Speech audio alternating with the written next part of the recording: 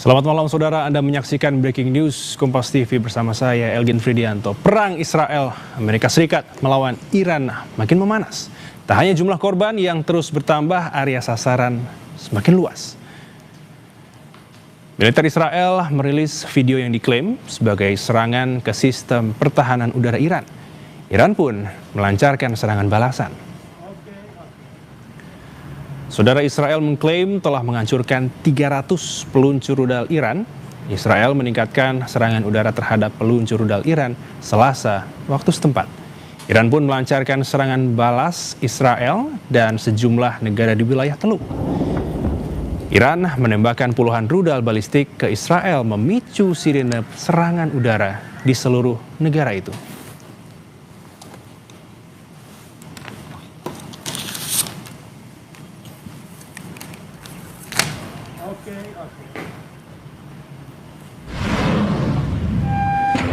Sementara itu saudara, Komando Pusat Militer Amerika Serikat merilis rekaman soal kapal perusak berpeluru kendali Angkatan Laut Amerika Serikat menembak rentetan rudal sejumlah target di Iran Selasa waktu setempat.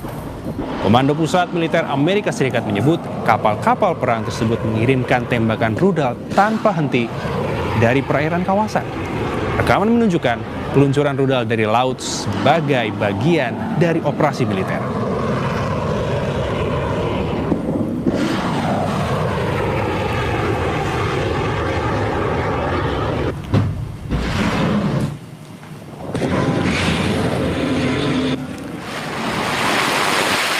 Komandan Komando Pusat Amerika Serikat CENTCOM Laksmana Brad Cooper mengklaim pasukan Amerika telah melenyapkan hampir 2.000 target di Iran. Amerika Serikat juga mengklaim melumpuhkan serangan Teheran di udara dan laut. Amerika juga mencatat Iran telah meluncurkan hingga 2.500 amunisi sebagai balasan dan menuduh Teheran menargetkan warga sipil. Now we're less than 100 hours into this operation, and we've already struck nearly 2,000 targets with more than 2,000 munitions. We have severely degraded Iran's air defenses and destroyed hundreds of Iran's ballistic missiles, launchers, and drones. Now, in retaliation, the Iranian regime has launched over 500 ballistic missiles and over 2,000 drones. To be clear, Iran is indiscriminately targeting civilians. Komando Pusat Amerika Serikat atau CENTCOM merilis rekaman visual satelit menunjukkan rudal menghantam basis drone Iran Selasa lalu. Melalui media sosial X, CENTCOM menyatakan drone Iran telah menjadi ancaman di Timur Tengah selama bertahun-tahun dan tak bisa lagi ditoleransi. Namun, Komando Pusat Amerika Serikat tak mengungkap tanggal dan lokasi pasti rekaman visual satelit tersebut.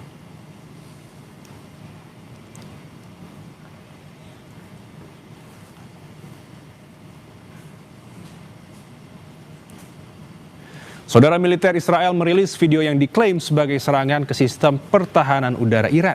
Iran pun melancarkan serangan balasan.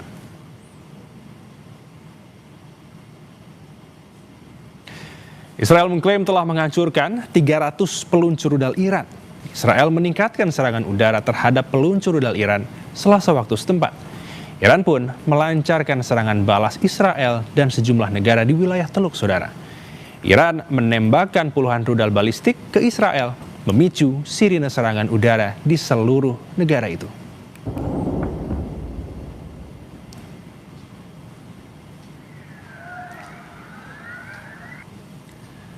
Komando Pusat Militer Amerika Serikat merilis rekaman pada Selasa yang memperlihatkan kapal perusak berpeluru kendali Angkatan Laut Amerika Serikat menembakkan rentetan rudal ke sejumlah target di Iran, saudara.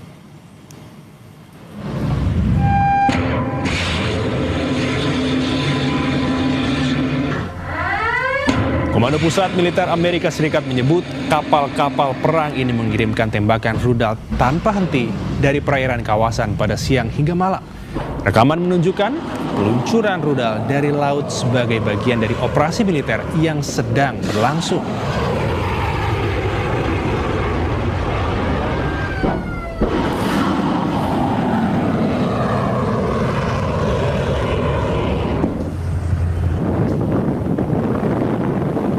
Bandara Mehrabat di Iran menjadi salah satu sasaran serangan Israel pada Selasa waktu setempat. Video yang dilansir situs berita Viori menunjukkan kepulan asap di sekitar bandara. Ledakan akibat serangan Israel juga melukai sejumlah orang dan merusak kendaraan. Otoritas Iran kepada situs berita Al Jazeera, serangan tak merusak landasan pacu.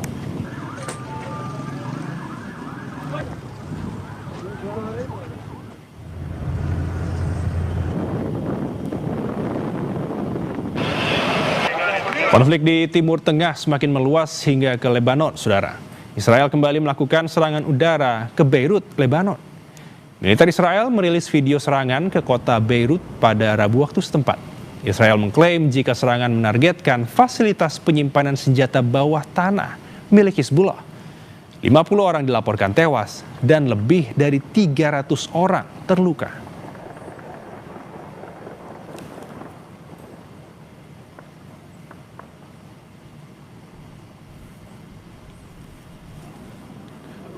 Pesawat jet tempur jenis F-15E milik Amerika Serikat jatuh di wilayah Kuwait. Jet tempur Amerika Serikat itu diduga terkena tembakan sistem pertahanan udara yang digunakan Kuwait. Dalam video yang beredar, pesawat F-15E milik Amerika ini terlihat mengeluarkan asap dan berputar-putar sebelum akhirnya jatuh. Diduga pesawat jatuh akibat salah tembak oleh militer Kuwait. Pilot jet tempur berhasil melontarkan diri dengan selamat sebelum pesawat menghantam daratan.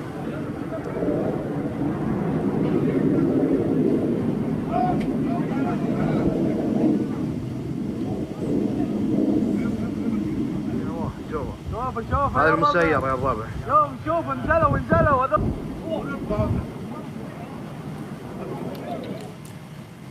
Alih-alih mendapat pertolongan, pilot jet tempur justru diinterogasi oleh warga lokal. Dalam video yang beredar, sang pilot yang memakai seragam taktis militer berlutut dengan satu kaki dan mengangkat kedua tangannya. Usai diinterogasi warga dan memastikan kondisi sang pilot aman dan selamat, warga pun meninggalkan sang pilot.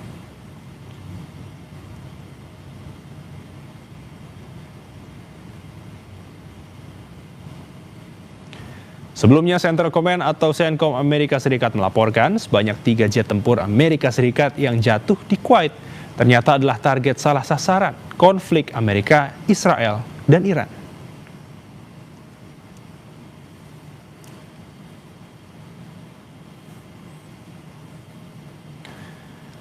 Presiden Amerika Serikat Donald Trump mengkritik Inggris dan Spanyol dan mengancam akan menghentikan hubungan dagang dengan Spanyol usai kedua negara tersebut menolak memberi dukungan saat Amerika Serikat menyerang Iran. Trump menyebut Spanyol sebagai satu-satunya negara di NATO yang tidak setuju menaikkan anggaran pertahanan menjadi 5%. Trump bilang Spanyol hanya ingin anggaran 2%, namun negara itu tidak mau membayarnya. Trump mengancam akan memutuskan hubungan dagang dengan Spanyol. Trump juga mengkritik Inggris yang tidak mengizinkan Amerika Serikat menggunakan pangkalan militer di Kepulauan Chagos dan Diego Garcia untuk menyerang Iran.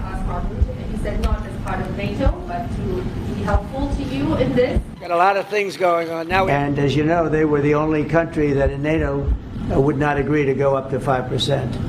I don't think they want to agree to go up to anything. They wanted to keep it at 2%, and they don't pay the 2%. So we're going to cut off all trade with Spain. We don't want anything to do with Spain. By the way, I'm not happy with the UK either. That island that you read about, the lease, okay, he made it for whatever reason, he made a lease of the island. Somebody came and took it away from him. And it's taken 3-4 days for us to work out where we can land there. It would have been much more convenient landing there as opposed to flying many extra hours. So we are very surprised. This is not Winston Churchill that we're dealing with.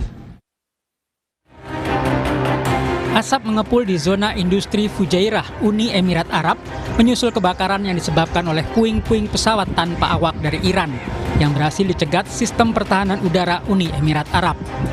Fujairah memiliki kepentingan strategis sebagai rute ekspor alternatif dan pelabuhan pengisian bahan bakar di luar Selat Hormuz. Konsulat Amerika Serikat di Dubai juga diserang oleh drone Iran. Serangan ini memicu kebakaran. Video memperlihatkan ledakan di sekitar gedung konsulat disertai kepulan asap hitam, sementara warga terlihat berlarian menjauh dari lokasi kejadian. Menteri Negara Kerjasama Internasional Uni Emirat Arab, Reem Al-Hashimi mengutuk serangan rudal dan drone yang dianggap sebagai serangan Iran terhadap kedaulatan negaranya.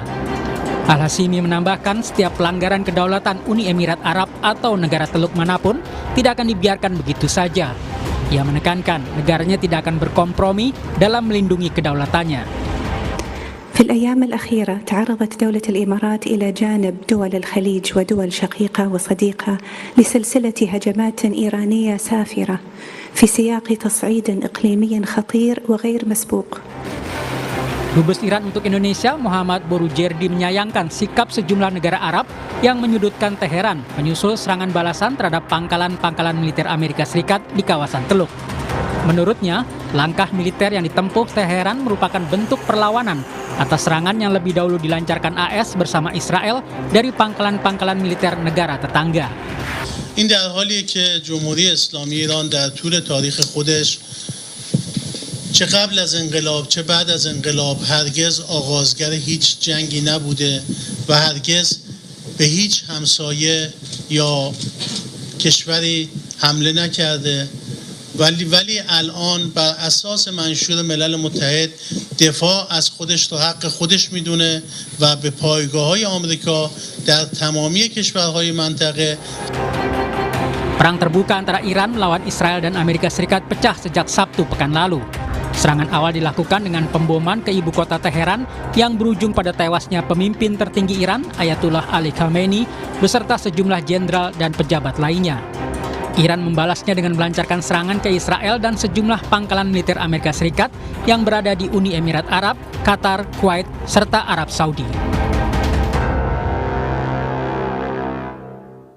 Dan saudara, kita akan bahas perkembangan terkini perang Israel dan Amerika Serikat melawan Iran. Kami bahas bersama jurnalis Kompas TV, ada Jonah Monangan di studio, dan juga ada pengamat senior Timur Tengah Mustafa Rahman yang telah tersambung secara daring. Selamat malam, Mas Jonah. Pak Mustafa, saya akan ke Pak Mustafa terlebih dahulu. Pak Mustafa, memasuki hari ke-6 saling serang. Apa yang Anda amati? Ya, ini merupakan eskalasi yang terus meningkat sejak tewasnya pemimpin spiritual Iran, Ali Khamenei. Jadi tewasnya Ali Khamenei ini bukan menurunkan eskalasi yang diharapkan oleh Trump dan Israel, Netanyahu ya, tapi sebaliknya adalah perang semakin tidak terkendali, semakin terbuka, dan kedua pihak saling ngamuk. Saya lihat di bagaimana tayangan Kompas TV barusan ya betapa kedua pihak saling membalas ketika Iran mendapat serangan dari Amerika dan Israel. Tidak ada kesempatan yang dibuang-buang terlalu lama. Iran langsung membalas ke berbagai sasaran Amerika dan Israel, dan juga meluas sekarang, semakin meluas. Hari ini diberitakan bahwa rudal Iran sudah mencapai pangkalan Amerika di Turki. Pangkalan Amerika yang namanya Incirlik di Turki sekarang sudah menjadi sasaran tembakan rudal Iran.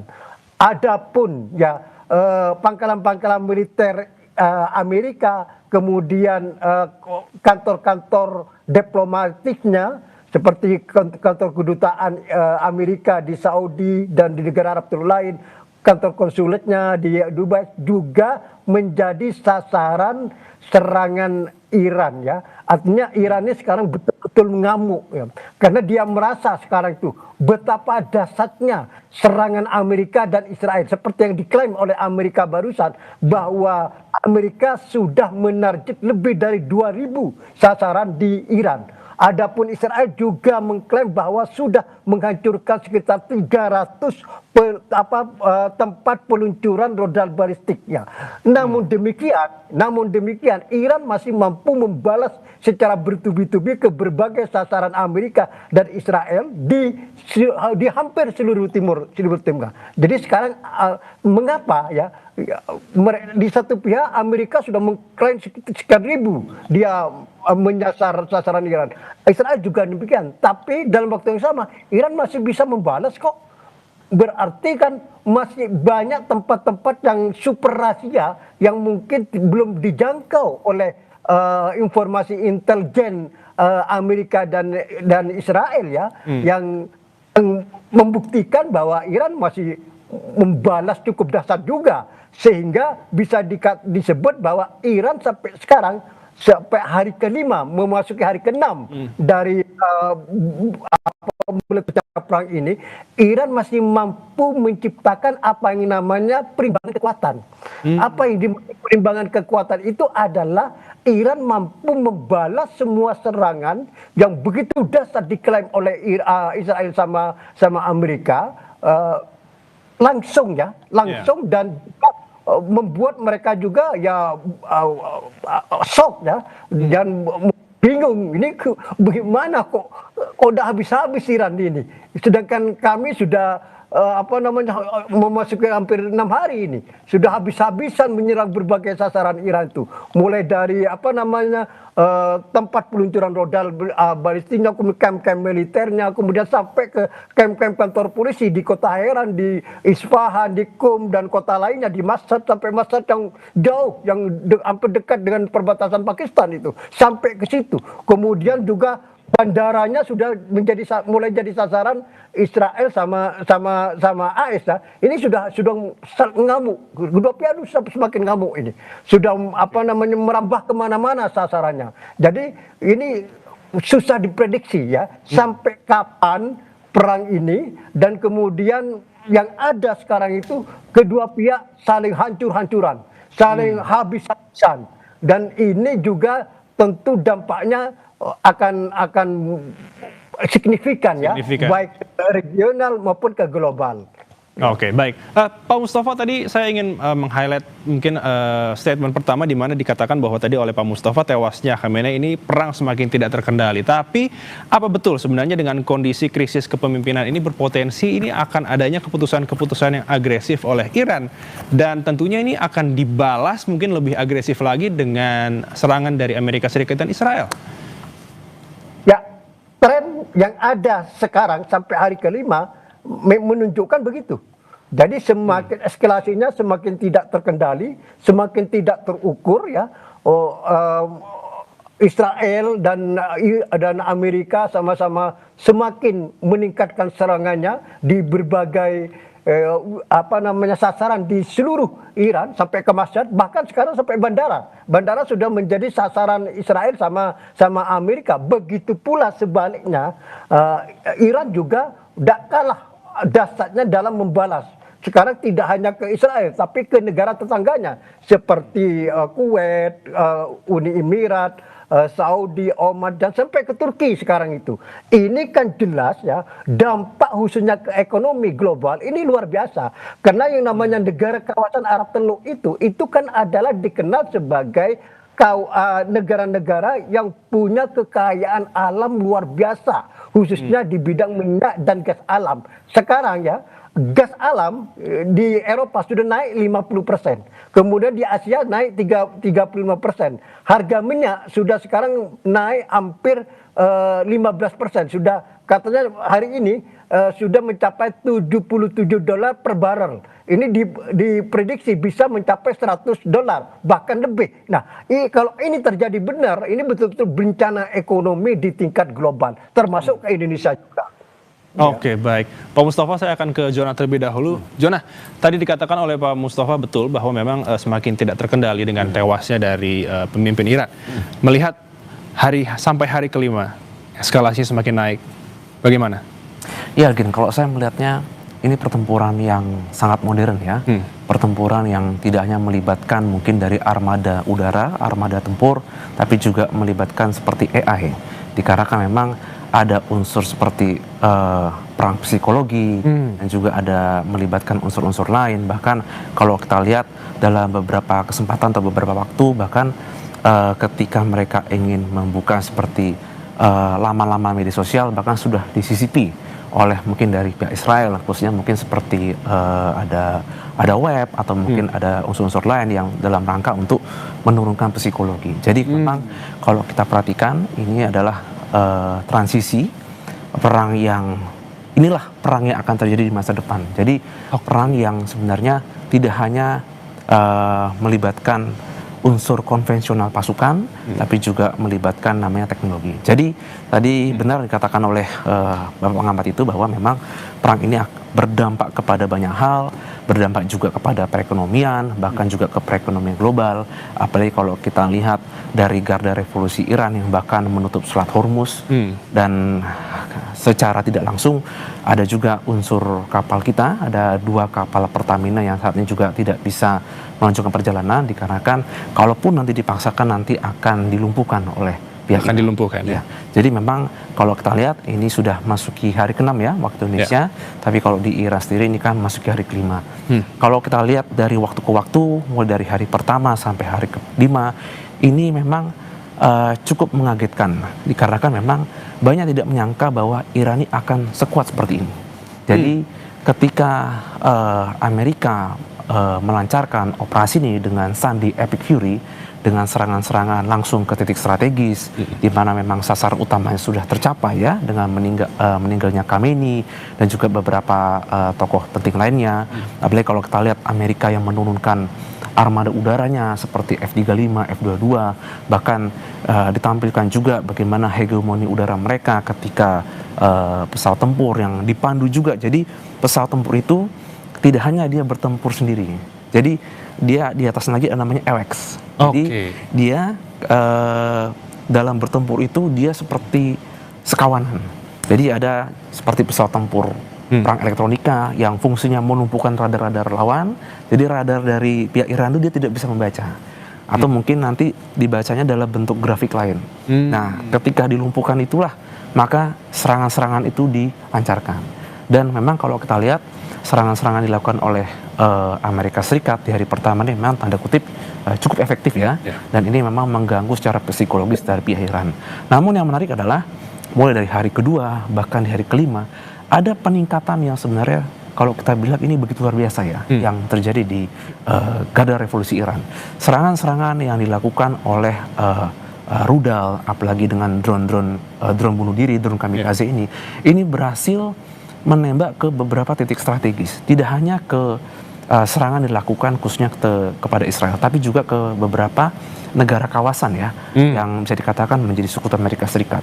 Kita melihat baru-baru ini drone dari Iran bahkan berhasil menembak ke kilang Saudi, namanya Aramco. Apalagi kalau kita lihat Amerika yang begitu bangganya menempatkan radar itu ada di Qatar. Ini radar yang sangat canggih, yang bisa dikatakan adalah radar early warning. Jadi radar ini dia bisa membaca gerakan-gerakan misalkan seperti akan menembakkan rudal. Nah, dia sudah bisa membaca karena ada sensor-sensor. Ini bahkan juga lumpuh.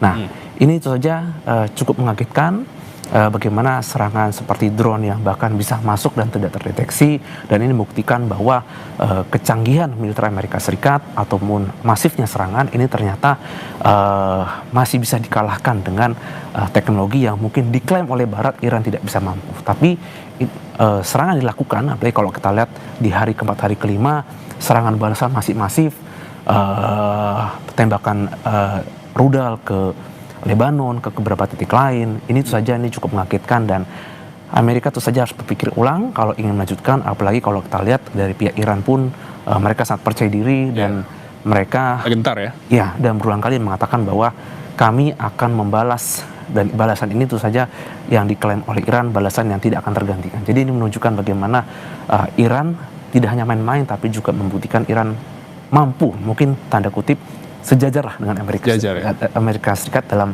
perang di kawasan ini. Oke, baik. Pak Mustafa, dikatakan oleh Jonah bahwa betul semakin kesini berarti semakin menuju ke perang yang lebih ke arah masa depan. Dan menggunakan alat-alat yang semakin canggih, dan memang tidak gentar juga untuk melumpuhkan sejumlah titik pos milik Amerika Serikat ya di beberapa negara Timur Tengah. Pak Mustafa melihat dampak psikologis bagi negara sekutu yang dijadikan pangkalan militer Amerika Serikat ini diserang oleh Iran. Bagaimana Pak Mustafa? Ya, ini memang dilematis ya bagi negara-negara sekutu AS di kawasan Arab Teluk seperti Arab Saudi, Kuwait, Uni Emirat, Qatar, Oman, Jordan ya. Itu memang mereka sangat dilematis saat ini. Di satu pihak mereka sudah menjadi sasaran serangan Iran hampir tiap hari.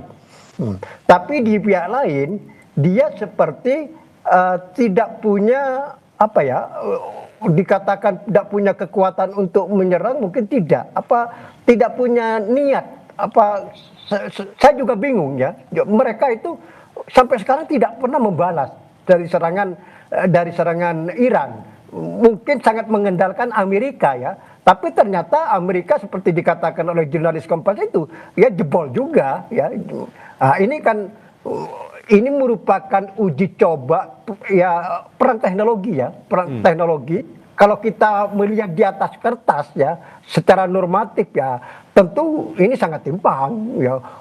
Teknologi yang dimiliki AS dan Israel itu jauh di atas Iran. Iran mungkin tidak ada apa-apanya ya, kalau kita bicara secara normatif. Tapi ibarat permainan sepak bola ya, pertandingan itu ada di lapangan hijau, bukan di atas kertas. Ya sekarang adalah pertandingan sudah di lapangan hijau. Ternyata di lapangan hijau Iran mampu mengimbangi. Jadi seperti main draw gitu. Tidak bisa. Kalau mereka menjebol Iran, Iran bisa menjebol mereka juga gitu kan. Ini seru, pertandingan ini seru dan sangat menarik, dan semakin sulit kita memprediksi kapan ini bisa selesai. Kita lihatlah beberapa hari mendatang senjata apa lagi yang dipakai oleh Amerika sama Israel. Begitu juga senjata apa lagi yang dipakai oleh Iran. Dan kelihatan ya, setelah 5 hari dan Iran ini tetap bertahan, tetap mampu melawan, mampu membalas, ada semacam keputusasaan dari Presiden Trump. Kalau disebut keputusan, yaitu ketika Trump mengatakan bahwa kemungkinan akan menggunakan pasukan darat pada akhirnya dalam peperangan ini, karena melalui angkatan udara dan angkatan laut ternyata tidak mampu menaklukkan darat Iran. Jadi ada sudah mengangkat wacana kemungkinan Amerika menggunakan pasukan darat. Cuma mekanismenya kayak apa, ini juga tidak mudah ya, karena geografi Iran itu sangat luas. Jangan dibandingkan dengan Irak dulu ya. Iran ini sangat luas. Dari mana Amerika itu masuk, misalnya nekat menerjunkan pasukan daratnya, ini belum membayangkan. Cuma mungkin ya karena sudah dihabis, digebuk sana sini, pimpinan politik militer sudah dihabisi semua. Ini kok Iran artinya masih bandel, masih susah dianalisa secara rasio tentang kebertahanan kekuatan Iran, sehingga muncul kayak itu, gitulah. Ya, Pak Mustafa tadi dikatakan mungkin akan ada rencana dari Presiden Trump yang mengatakan bahwa mungkin akan menurunkan pasukan darat. Namun kalau misalnya betul tadi dikatakan oleh Pak Mustafa bahwa memang semua terjadi seperti permainan sepak bola, apa yang terjadi di lapangan sudah berbeda dengan apa yang di atas kertas. Namun kalau misalnya kita bicara di atas kertas, pasukan udara yang dimiliki oleh Amerika Serikat jika digabungkan dengan milik Israel ini kan tentu lebih sangat timpang ya, betul ya Mas Jonah, katakan dengan pasukan udara yang dimiliki oleh Iran. Nah ini apakah memang betul terkait dengan kombinasi Amerika Serikat dan Israel ini tidak bisa membendung apa yang dimiliki oleh Iran, Pak Mustafa? Ya, kita berbicara di lapangan ya. Kalau kita berbicara di atas kertas ya apa yang dimiliki Amerika sama Israel itu tidak ada bandingannya di Iran. Apa yang dimiliki Iran di angkatan udara, justru titik lemah terbesar di angkatan bersenjata Iran itu ada di angkatan udara ya. Coba Amerika punya F-35 yang terus sudah pakai pesawat pengebom yang paling mutakhir B-1, B-52. Israel juga sudah menggunakan yang tercanggihnya F-35, F-15. Semua sudah dikeluarin semua kartunya istilahnya. Tapi sampai sekarang bukti di lapangan Iran ini tidak ada tanda-tanda mau menyerah, tanda-tanda mau mundur atau mengangkat bendera, tidak ada. Bahkan statement tokoh-tokoh politiknya semakin keras, kami akan membalas semaksimal mungkin. Jadi tidak ada kelihatan gentarnya sama sekali. Apa yang dilakukan Iran atau yang ditampilkan sikap Iran, dia sudah artinya meneguhkan atau sudah bersumpah bahwa akan bertempur sampai titik darah penghabisan. Dan ini harus diperhitungkan oleh Israel sama Amerika. Tinggal sebaliknya, apakah Amerika dan Israel mampu ya, terutama rakyatnya, kemudian sistem politik di Israel dan Amerika, kalau perang ini terus berkepanjangan gitu. Ini saya pikir ya, bahkan Amerika mungkin sudah mencari jalan keluar untuk bisa mengakhiri perang ini. Kalau ya jalannya perang ini seperti sekarang, ini kan seru banget, imbang lah. Kalau sampai 1 minggu 2 minggu ke depan jalannya peperangan seperti sekarang, saya lihat Amerika akan mencari jalan keluar untuk mengakhiri perang ini. Saya tidak tahu gimana gambarannya nanti, karena kalau perang ini berkepanjangan lebih menguntungkan Iran daripada Israel sama Amerika. Seperti itu. Baik, Pak Mustafa. Nah, Mas Jona, dikatakan oleh Pak Mustafa, betul, memang apa yang terjadi di lapangan itu tidak bisa diprediksi dengan apa yang sudah tertulis di atas kertas. Tanggapannya seperti apa, Mas Jona? Apa betul memang masih ada saling tahan antara ketiga kubu berarti ya, kita bilang ya? Bagaimana, Mas Jona? Ya, kalau kita lihat di kawasan ini kan, Iran ini kan sebenarnya tidak berdiri sendiri. Dalam artinya itu begini, kalau kita melihat proksi ya di kawasan ini kan sebenarnya secara tidak tertulis banyak yang menilai bahwa di belakang Iran itu masih ada Cina dan Rusia. Betul. Tapi di atas kertas kan tidak terlihat seperti apa. Dan ini juga dari pihak Rusia dan Cina pun juga belum, tanda kutip, belum turun tangan ya, belum melaksanakan serangan. Tapi kalau kita lihat lagi di atas kertas mengenai bagaimana perimbangan kekuatan atau mungkin kekuatan yang ada ini sebenarnya ini seperti Daud dan Goliat. Dalam artian adalah si besar melawan si kecil.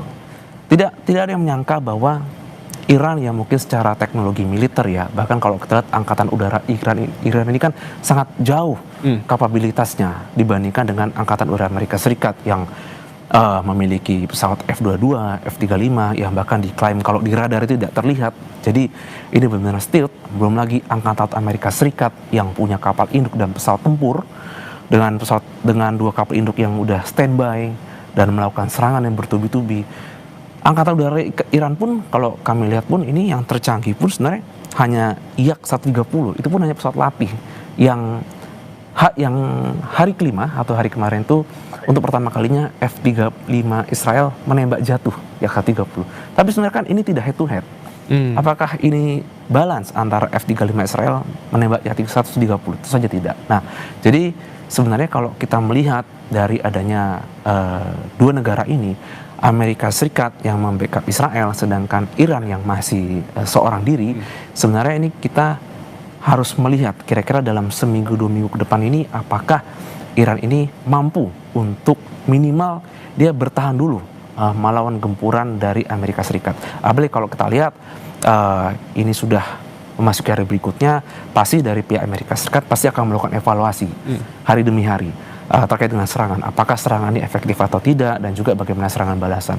Kalau melihat serangan yang dilakukan Iran, ini kan sudah mulai keluar dari teritori Israel. Dia sudah berani nih menembak ke arah Lebanon, ke arah Saudi Arabia. Berarti kan negara-negara di kawasan ini kan mau tidak mau harus mengencangkan ikat pinggang. Dalam artian adalah dia harus membangunkan kembali angkatan bersenjata. Ini tidak lagi latihan, tapi ini sudah masuk ke tanda kutip kita sudah mulai perang. Apakah ini mungkin adalah strategi mungkin dari Amerika Serikat ataupun ini strategi dari Iran untuk saling bisa beradu atau bertempur? Ini sebenarnya masih harus kita lihat ya, mungkin 1 sampai 2 hari ke depan. Tapi benar tadi kata pengamat Pak Mustafa tadi bahwa ini kekuatan Iran ini begitu luar biasa ya. Di atas kertas secara teknologi sangat tidak kapabel. Tapi tidak ada yang menyangka bahwa teknologi Iran, rekayasa Iran khususnya di pengembangan rudal ini begitu luar biasa. Bagaimana Iran bisa membangun rudal Fatah 2, bisa menembak sejauh 1.400 km. Kalau di atas kertas, kalau kita lihat di peta, ini sudah bisa tembus wilayah Israel kan. Dan rudal ini memiliki kecepatan hipersonik. Jadi kalau dia memiliki kecepatan hipersonik, dia juga harus memiliki lawan yang sepadan, juga harus yang sama kencangnya. Karena kalau tidak, ini tidak akan bisa dilawan. Karena kecepatannya sudah begitu tinggi. Begitu tinggi. Jadi tidak bisa dihadang berarti. Iya, betul. Ada kalau kita lihat Israel memiliki Iron Dome. Jadi Iron Dome itu adalah artileri pertahanan udara. Jadi dia seperti perisai. Jadi dia punya sistem sensor ketika ada rudal yang ditembakkan dari lawan atau musuhnya, nanti akan ada sistem yang membaca dan nanti akan ditangkis. Das gitu. Begitu juga dari sistemnya ada di Arab Saudi dan di Qatar, dan Amerika sendiri pun sangat membanggakan dengan sistem yang dinamakan dengan TATS-nya itu. Tapi memang beberapa waktu yang lalu sempat diragukan apakah ini efektif untuk bisa melawan Iran. Jadi harus bisa diakui bahwa rekayasa teknologi Iran khususnya di bidang rudal ini begitu luar biasa, begitu masif. Dan kalau kita lihat beberapa hari yang lalu, ini bahkan Iran baru saja menembakkan rudal-rudal yang sebenarnya sudah mau expired.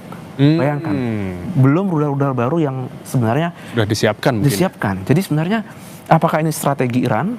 Mungkin di hari kesekian akan ada kejutan atau tidak, kita masih menunggu. Tapi ini menjadi warning khususnya bagi Amerika untuk lebih berhati-hati dengan serangan dadakan atau kejutan dilakukan oleh pihak Iran. Apakah nanti akan masuk ke beberapa strategi seperti mungkin kedutaan besar ataupun titik-titik objek vital. Mengingat kalau kita lihat banyak sekali objek-objek vital yang menjadi incaran yang dilakukan oleh Amerika Serikat ke Iran, dan ini pasti akan ada serangan balasan dari Iran ke titik-titik tersebut. Oke, baik. Masih menarik pembahasan kita, Mas Jonah dan juga Pak Mustafa, terkait dengan tensi antara ketiga negara ini. Dan saudara, Breaking News Kompas TV akan kembali usai jeda. Pesawat jet tempur jenis F-15E milik Amerika Serikat jatuh di wilayah Kuwait, dan jet tempur AS ini diduga terkena tembakan sistem pertahanan udara yang digunakan oleh Kuwait. Selengkapnya usai jeda.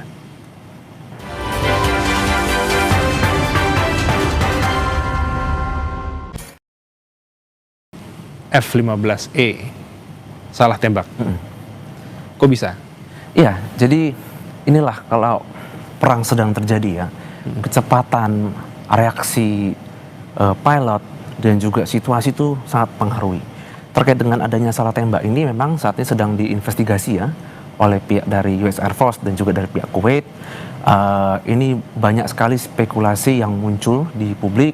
Ada yang mengatakan bahwa ada sistem yang dijamming oleh pihak lawan, jadi memang komunikasi ini akhirnya tidak tersampaikan. Jadi kalau dalam pertempuran, apalagi pertempuran udara itu kan, pilot itu dia tidak hanya melihat secara visual di depannya, tapi dia melihat di kokpit. Jadi di kokpit itu kan tergambar apakah ini musuh atau kawan. Ini disebut dengan FF, Identification Friend or Foe. Nah, ini masih diinvestigasi. Jadi ketika F-15 Strike Eagle milik Amerika Serikat sedang melaksanakan patroli, ini diduga ketika pesawat tempur Kuwait ini sedang terbang, dia membacanya atau mungkin sistem yang dibaca oleh Kuwait ini adalah musuh. Nah, ini masih dalam tahap investigasi apakah ada pengacauan secara elektronik yang dilakukan oleh pihak Iran atau tidak, atau mungkin ada pihak lain yang membantu Iran. Ini memang masih diinvestigasi. Mengingat kalau kita lihat F-15 Strike Eagle ini kan pesawat yang sangat canggih ya. Dia adalah pesawat tempur yang tidak hanya agresif dalam artian mungkin kemampuannya dalam melakukan air superiority atau mungkin kemampuan dia dalam mengontrol udara, tapi juga melaksanakan mungkin operasi-operasi serangan ke darat ya dengan rudal yang dimiliki. Jadi memang ini cukup unik. Ini sebenarnya pertama kali dalam sejarah, dan ini sebenarnya cukup memalukan bagi Amerika Serikat mengapa bisa kejadian seperti ini. Tapi sekali lagi ini masih spekulasi, masih dilakukan investigasi mengapa bisa terjadi ada salah tembak. Apakah komunikasi yang dinamakan dengan data link ini ada tidak sinkron atau mungkin ada hal lain. Mengingat kalau kita lihat dalam perang itu kan jam itu sangat mempengaruhi ya, hitungan jam, hitungan menit, hitungan detik. Apalagi pesawat tempur itu kan dia bergerak sangat cepat. 1 detik saja dia sudah bisa melewati berapa meter.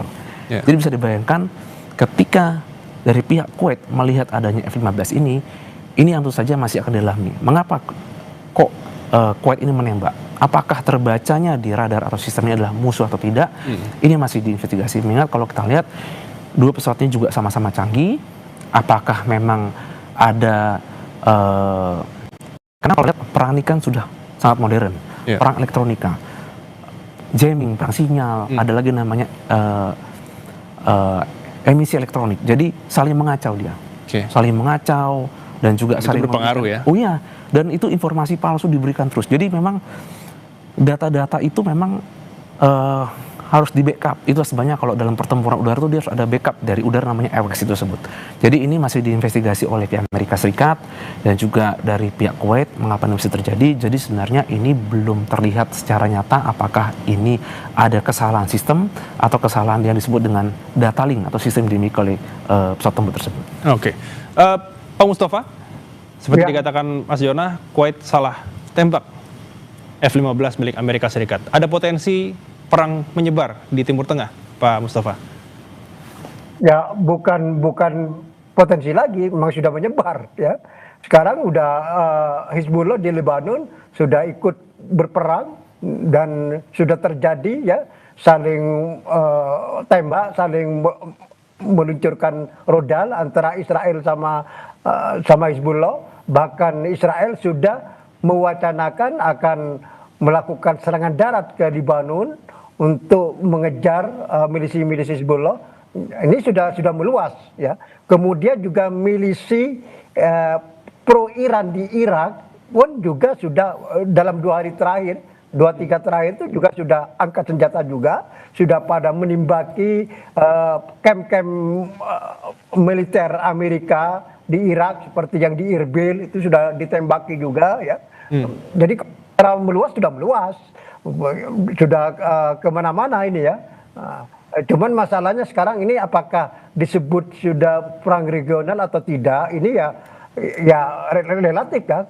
Kalau dikatakan perang regional terbatas mungkin sudah bisa, tapi kalau dikatakan perang regional secara total mungkin masih belum, karena negara-negara Arab yang jadi sasaran serangan Iran tersebut seperti Arab Saudi, Qatar, Uni Emirat, Kuwait ini belum membalas dan mereka belum terlibat secara militer ikut berperang berada di belakang Amerika dan Israel, belum. Jadi mereka pasif, paling mengutuk aja. Secara politik mengutuk bahwa Iran sudah melanggar kedaulatan mereka, apapun alasan Iran dengan hanya menyasar fasilitas Amerika seperti kamp militernya maupun kantor diplomatiknya, mereka tidak menerima. Jadi kecaman itu hanya atau serangan baliknya itu hanya di tingkat diplomatik ya, belum ke militer. Maka kalau dikatakan perang regional secara total belum.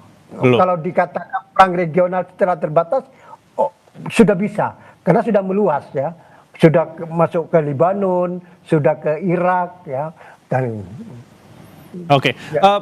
Pak Mustafa, berarti kalau misalnya menurut pendapat Anda, ini terkait dengan sekutu Amerika Serikat yang lain yang mungkin disebutkan, Inggris ini bahkan enggan meminjamkan pangkalan di Kepulauan Chagos dan Diego Garcia untuk menyerang Iran. Ini apakah juga ada mengarah kepada takut ikut campur mungkin Inggris dan juga mungkin Spanyol? Ya, itu merupakan secara politik merupakan titik lemah Amerika sama Israel. Yang namanya perang modern itu kan tidak hanya perang militer, tapi perang intelijen ya perang teknologi, perang ekonomi, perang politik, diplomasi ya. Nah, kalau benar berita Inggris itu melarang pangkalan militernya di Garcia di Laut India itu dipakai oleh Amerika, maka ini secara politik sangat merugikan posisi Amerika dan dalam waktu yang sama secara politik menguntungkan Iran. Juga diberitakan bahwa Inggris juga melarang Amerika menggunakan pangkalannya yang di Siprus, walaupun sempat yang di Siprus itu jadi sasaran serangan Iran ya.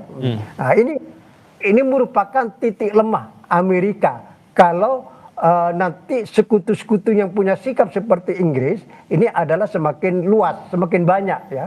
Nah, kalau perang ini terus berkelanjutan, maka sangat tidak menguntungkan di posisi Amerika dan Israel secara politik, dan ini bisa menjadi salah satu faktor ya akhirnya Amerika terpaksa mencari jalan keluar mengakhiri perang ini.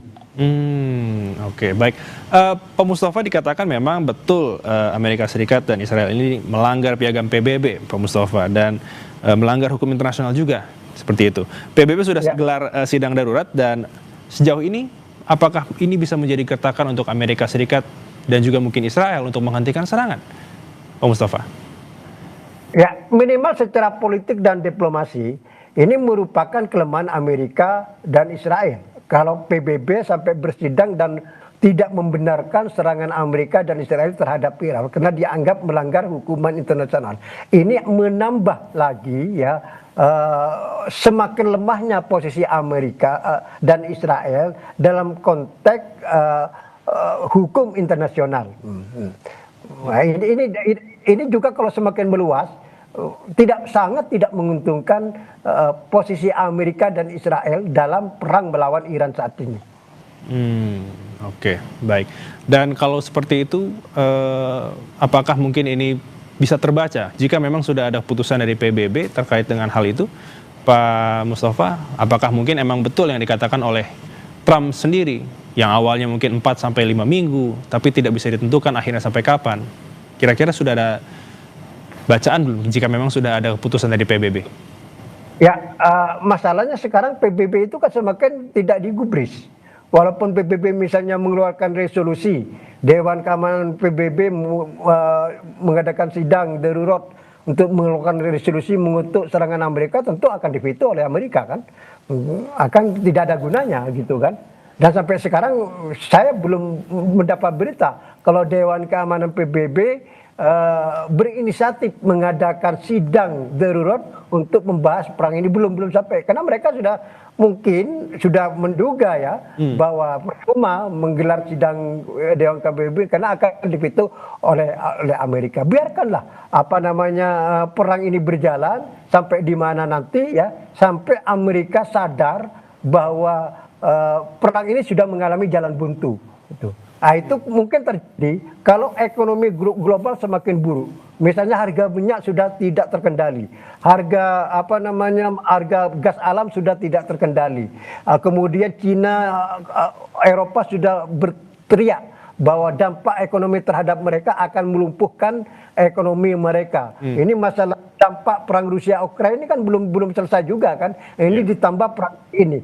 Maka kalau ini di sektor ekonomi khususnya semakin memburuk dan berdampak besar terhadap global, dan global mulai berteriak, maka tidak ada pilihan bagi Trump dan Netanyahu untuk mencari jalan keluar bagaimana perang ini bisa berakhir. Oke, Jonah, dikatakan memang pengamat mungkin seperti itu tadi, memang itu mungkin salah satu jalan tengahnya adalah memang harus menunggu ada gertakan terlebih dahulu. Namun mungkin juga banyak yang menyebut bahwa tidak akan terjadi, mungkin semakin memanas hingga turunnya pasukan darat. Bagaimana menurut Anda?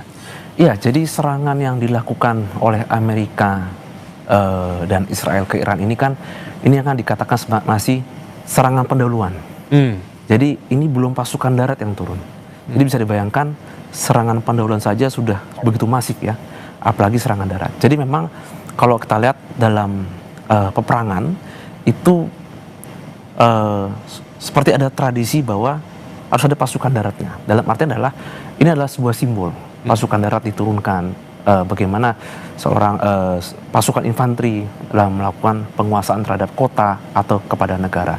Jadi sampai saat ini memang dari pihak Amerika Serikat dan pihak Israel masih belum menurunkan pasukan daratnya, tapi dalam beberapa kesempatan kita melihat dari pihak Amerika Serikat bahwa mereka akan menurunkan pasukan, tapi ini memang belum clear dari pasukan mana yang akan diturunkan, apakah dari US Army ataupun dari US Marine, dan juga apakah ini akan dibentuk seperti pasukan gabungan atau enggak.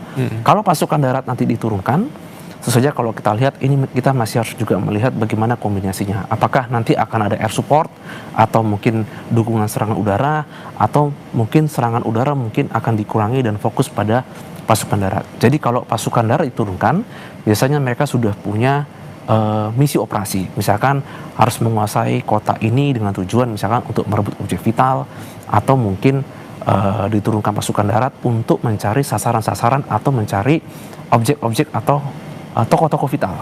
Nah, dari Iran pun tentu saja kalau kita melihat dari garda revolusinya dan juga mungkin dari masyarakat yang sudah terbakar amarahnya, yang juga mungkin ingin melakukan perlawanan, ini sebenarnya juga harus ada hitungan pasti ya, harus ada hitungan yang tentu saja ini tidak boleh disepelekan. Apalagi kalau kita lihat dari pihak US Army juga memiliki alutsista yang sebenarnya sudah cukup canggih, dan mereka pun mungkin secara taktik dan teknik mampu melakukan perang kota. Tapi lagi-lagi ini baru di atas kertas. Kita tidak boleh meremehkan dari pihak Iran. Sejarah mencatat bahwa di masa lalu Afghanistan berhasil bertahan melawan Amerika Serikat dengan teknologi yang sangat konvensional. Mereka mampu bertahan di gurun. Jadi bisa dibayangkan Iran juga mungkin mampu melakukan hal yang sama. Jadi ketika mungkin dari pihak Amerika Serikat ataupun dari pihak Israel mereka menurunkan pasukan daratnya, tentu saja nanti akan muncul masalah baru yang dinamakan dengan perang kota. Jadi perang kota ini saja mereka akan masuk ke kota, mereka akan melakukan serangan, dan mereka mungkin akan masuk ke apartemen atau masuk ke gedung untuk mencari mungkin objek-objek. Tapi lagi-lagi bahwa ini harus diperhitungkan. Kalau pasukan darat turun, tentu saja nanti akan ada muncul potensi kerugian dari angkatan bersenjata, khususnya dari pasukan darat. Dalam ini adalah pasukan infanteri. Jadi memang menurunkan pasukan darat ini harus dihitung komposisinya, kemampuannya, dan apa yang menjadi objek sasaran. Jadi lagi-lagi penurunan pasukan darat ini tidak boleh dipilih atau mungkin ditunjuk hanya karena ini adalah sebuah simbol, tapi ini harus ada hal-hal atau keputusan yang mendasari mengapa harus diturunkan mungkin pasukan darat yang nanti akan diturunkan oleh sekutu ini. Baik, Jonah. Jonah dan juga Pak Mustafa, kita akan lanjut perbincangan kita terkait dengan konflik perang Amerika Serikat, Israel, dan juga Iran. Kita akan jeda sejenak. Breaking News akan kembali.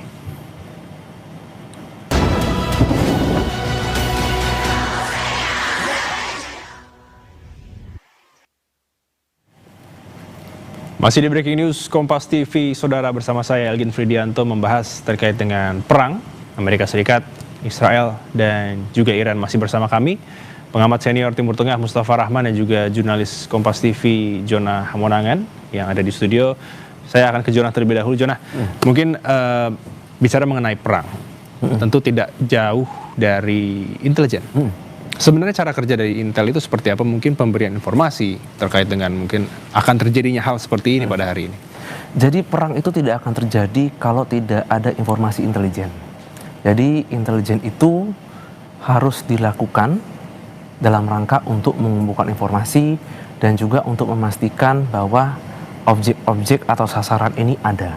Jadi kalau kita bicara intelijen, apalagi ini adalah Israel, paling dikenal adalah Mossad. Jadi Mossad ini adalah sebuah atau bisa dikatakan sebuah agen intelijen yang cukup termasyhur di dunia. Tidak hanya mungkin kalau kita mungkin hanya lihat di film, tapi di dunia nyata. Jadi intelijen itu tidak hanya mungkin dalam bayangan orang yang dikatakan seperti agen atau bisa disebut sebagai human intelligence. Intelijen sekarang sudah maju ke tahap berikutnya, ada yang dinamakan dengan signal intelligence.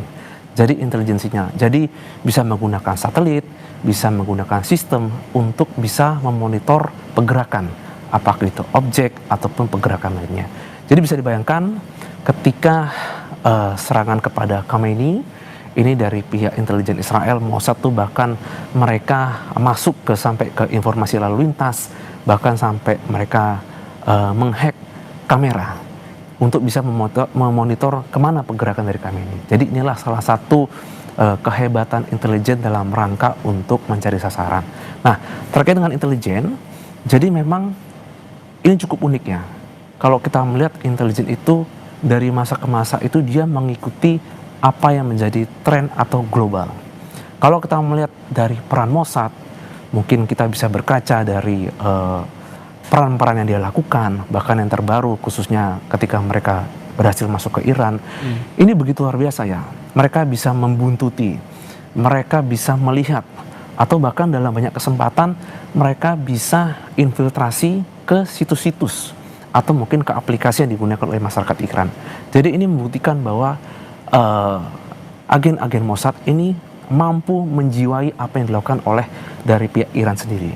Jadi kalau kita melihat atau berkaca dari perang yang terjadi sekarang, ini tidak lengkap atau tidak mungkin dilakukan tanpa ada informasi intelijen. Tidak mungkin kalau kita melihat serangan-serangan presisi yang dilakukan oleh Amerika Serikat dan Israel, mereka bisa menerbangkan pesawat tempurnya secara bersamaan, bisa menembak ke titik yang sangat strategis tanpa informasi asal dari intelijen. Jadi pergerakan dari objek-objek yang dikatakan sebagai high value target, pergerakan mungkin dari alutsista yang tanda kutip menjadi incaran dari pihak lawan, mungkin seperti radar, pangkalan musuh, ini memang menjadi hal yang sangat mahal. Begitu juga yang dilakukan oleh dari pihak Iran, mereka juga menargetkan kepada pihak Israel ataupun dari pihak Amerika Serikat. Baru-baru ini kalau kita lihat dari serangan dari rudal Iran ke pangkal Israel, itu saja ini cukup mengganggu.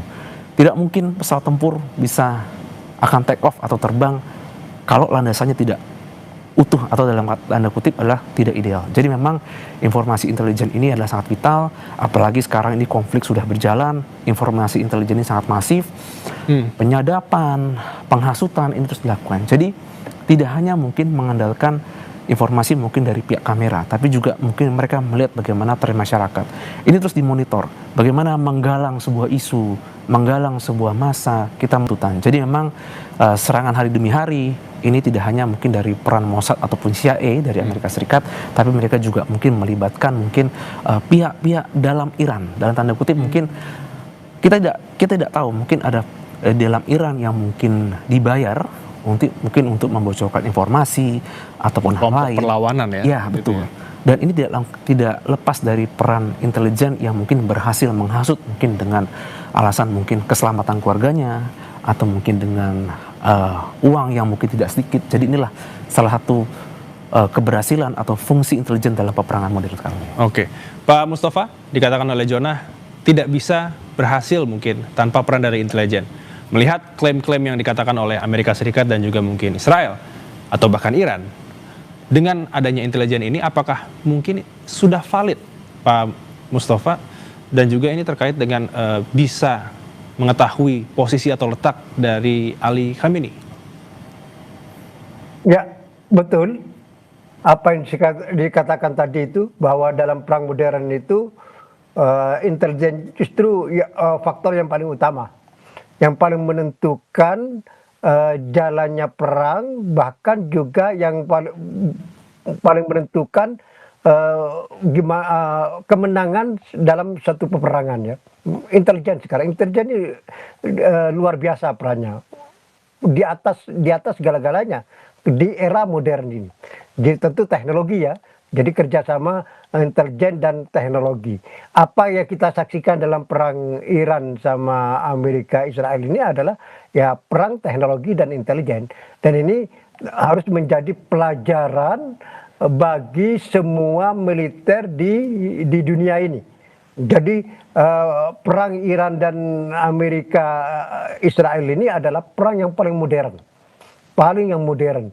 Jadi untuk pertama kalinya perang antara negara yang tidak berbatasan langsung. Israel sama Iran ini kan dipisahkan hampir 2000 km. Nggak pernah terjadi sebelumnya. Perang konvensional biasanya kan terjadi antara dua negara yang berbatasan langsung. Dan itu yang terjadi di mana-mana ya. Sampai terakhir antara Rusia sama Ukraina kan berbatasan langsung dia. Di Timur sebelumnya misalnya perang pernah Mesir sama Israel, Suriah sama Israel itu berbatasan langsung. Nah, ini untuk pertama kalinya antara Iran sama Israel adalah peperangan antara dua negara yang dipisah sangat jauh, hampir 2000 kilometer. Maka ketika terjadi perang semacam ini, peran intelijen sama teknologi itu sangat luar biasa, di atas segala-galanya. Bahkan bisa disebut ini perang intelijen dan teknologi, bukan perang antara tentara sementara dalam definisi yang konvensional. Ini perang intelijen dan teknologi. Apa yang terjadi di Iran, apa yang terjadi di Israel itu adalah perang intelijen dan teknologi. Ini kolaborasi yang paling solid saat ini dalam perang modern itu. Mengapa Israel dengan mudah membunuh pemimpin Iran Ali Khamenei misalnya. Sebelumnya begitu mudah Israel membunuh pemimpin Hamas Ismail Haniyeh di Teheran misalnya. Israel juga berhasil membunuh dengan mudah pemimpin Hizbullah Hasan Nasrullah. Padahal Israel itu ingin membunuh Hasan Nasrullah itu sejak perang antara Israel dan Hizbullah pada tahun 2006. Itu yang diincar oleh Israel, tapi Israel gagal terus karena mungkin waktu itu Israel belum memiliki teknologi seperti yang dimiliki sekarang. Tapi pada perang 12 tahun lalu itu antara Israel sama Amerika dan Iran, kemudian Israel memutus Hizbullah mencoba ikut campur, kemudian Israel dengan mudah membunuh Hasan Nasrullah gitu. Ini kan menunjukkan kemajuan intelijen yang luar biasa di pihak Israel. Mungkin secara keseluruhan dalam perang intelijen ini ya Israel lebih unggul dari Iran ya. Dari Iran gitu kan. Dan Iran juga punya jaringan intelijen juga, bukan diam, bukan hanya bicara Mossad yang bergerak sendiri. Iran juga tidak diam, punya jaringan intelijen.